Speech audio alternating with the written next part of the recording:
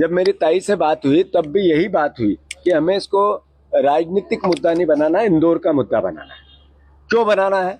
ये इसलिए कि आज से कुछ साल पहले रामकी में 10 टन कचरा जलाया गया। अगर आप प्रत्यक्ष रूप से रामकी के आसपास से 6-7 किलोमीटर के रेडियस में जाके रिपोर्टिंग करोगे तो आपको पता चलेगा कि वहाँ फसल जो 5 कुंटल होती थी वो 1 कुंटल होने लगी। जो पानी था वो पीने योग्य नहीं बचा ट्यूबवेल का। जो असर होना था 10 टन इसलिए जलाया था कि इसके असर को चेक करना है, तो असर हुआ।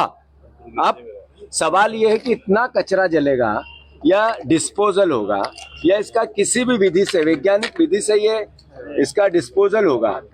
स्वाभाविक है कि कम से कम असर हो, इसकी प्रयास सरकार करेगी।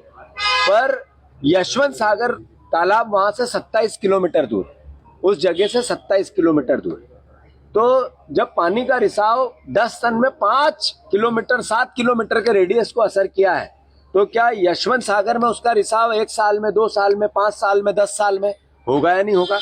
और जब उसके यशवंत सागर यही शहर पीता है, यहीं पे यूज होता है, उपयोग होता है, तो इसका असर हमारे परिवार पे कितना होगा, आपके परिवार पे कितना होगा, इंदौर शहर के परिवार पे कितना होगा?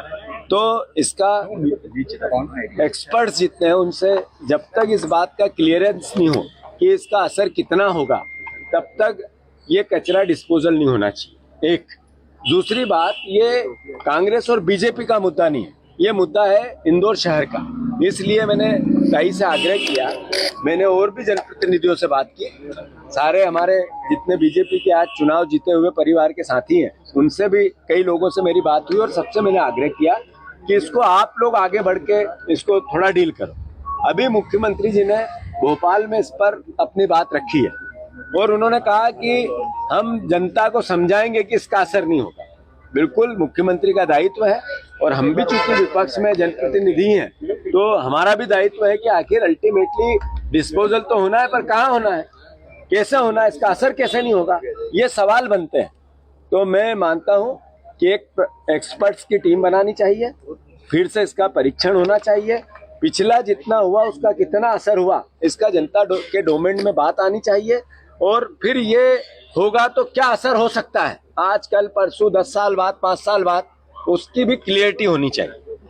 अगर इसकी इतनी शंका है, भी कोरोना आया तो किसी को पता नहीं चला था कितना असर आया, सैकड़ों हजारों लोग चले गए हमारे बीच में से, हमारी परिवार के। तो जिस बात का असर कितना होगा पता नहीं है, तो फिर हम ये रिस्क क्यों लें, ये सवाल है।